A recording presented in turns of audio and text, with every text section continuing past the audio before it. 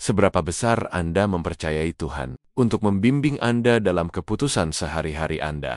Selamat pagi, saudara-saudari. Ini adalah pertanyaan refleksi kita untuk hari ini. Holy Spirit, make my heart open to the Word of God. Make my heart open to goodness. Make my heart open to the beauty of God every day. Amen.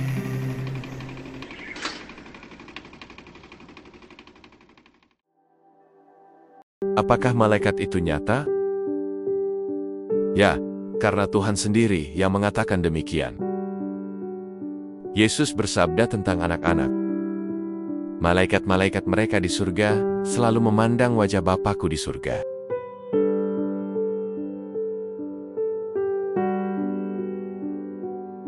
Malaikat disebutkan berkali-kali dalam kitab suci.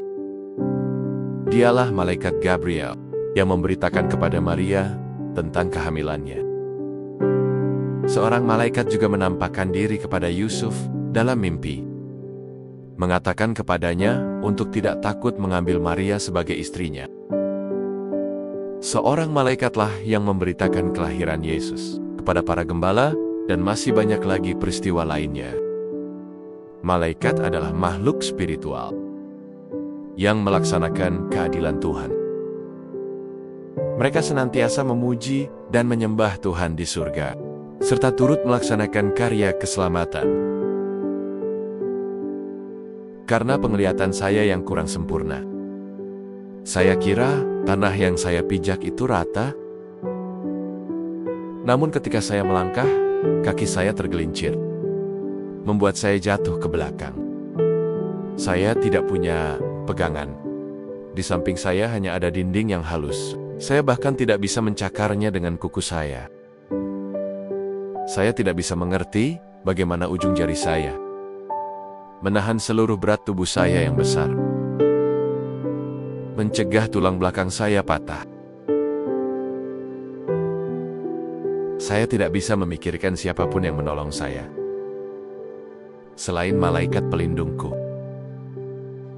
Peristiwa ini mengingatkan saya bahwa Tuhan tidak pernah jauh, melainkan selalu ada di sisi saya. Kita bisa saja iri kepada para malaikat karena mereka adalah roh murni. Namun justru kodrat manutela yang diambil oleh Yesus, bukan kodrat malaikat. Hal ini memberikan kita hak istimewa yang luar biasa untuk bersatu dengan Kristus, suatu martabat yang bahkan lebih tinggi daripada malaikat.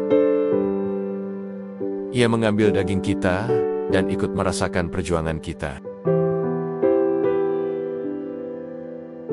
Bagaimana kita menerima hak istimewa itu? Tuhan meletakkan seorang anak kecil di tengah mereka sebagai jawaban atas pertanyaan, siapakah yang terbesar dalam kerajaan Allah? Mengapa seorang anak? Ia ingin kita memiliki sifat seperti seorang anak. Bukan sembarang anak, melainkan anaknya sendiri. Sebab kerajaan Tuhan tidak ditentukan oleh seberapa tinggi kedudukan kita, tetapi seberapa rendah kita mau merendahkan diri dalam kerendahan hati dan pelayanan. Anak-anak dengan mudah menunjukkan kepada kita bagaimana menjadi kecil di mata dunia, tetapi besar di mata Tuhan. Lihatlah betapa mudahnya anak-anak menggampuni, karena mereka memiliki hati yang murni. Menjadi seperti anak berarti percaya dan bergantung. Namun, ketika seorang anak bertambah usia, ia mulai memperoleh pengetahuan dan kekuatan fisik, sehingga bisa memiliki harta, kuasa, dan kenyamanan. Hal itu baik saja selama ia bertumbuh dewasa dengan bijak.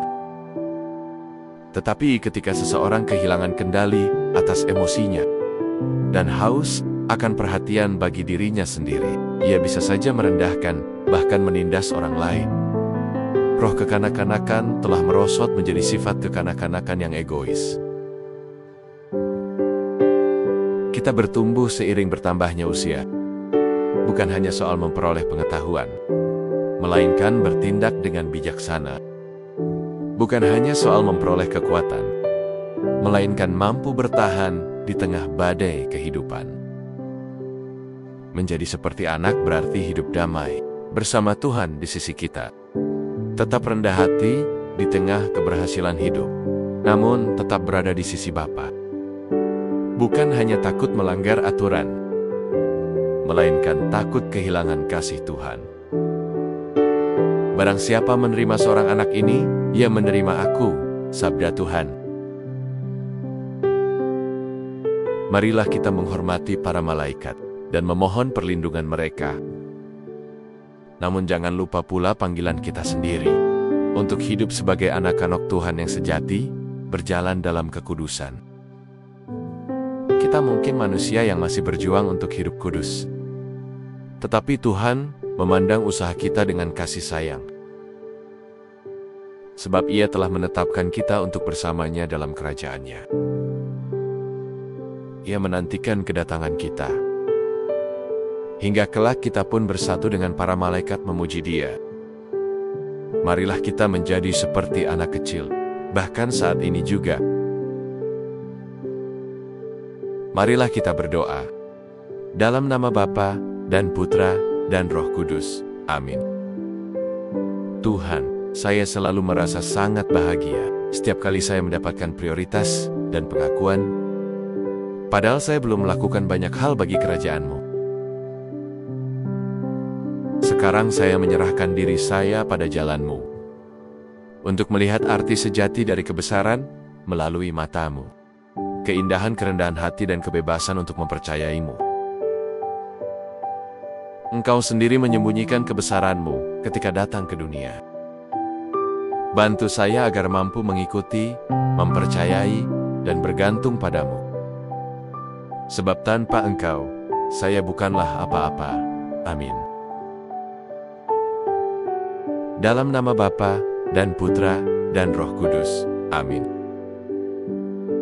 Tuhan memberkati keluarga Anda, saudara dan saudari. Tuhan memberkati Gereja Katolik kita dan Couples for Christ.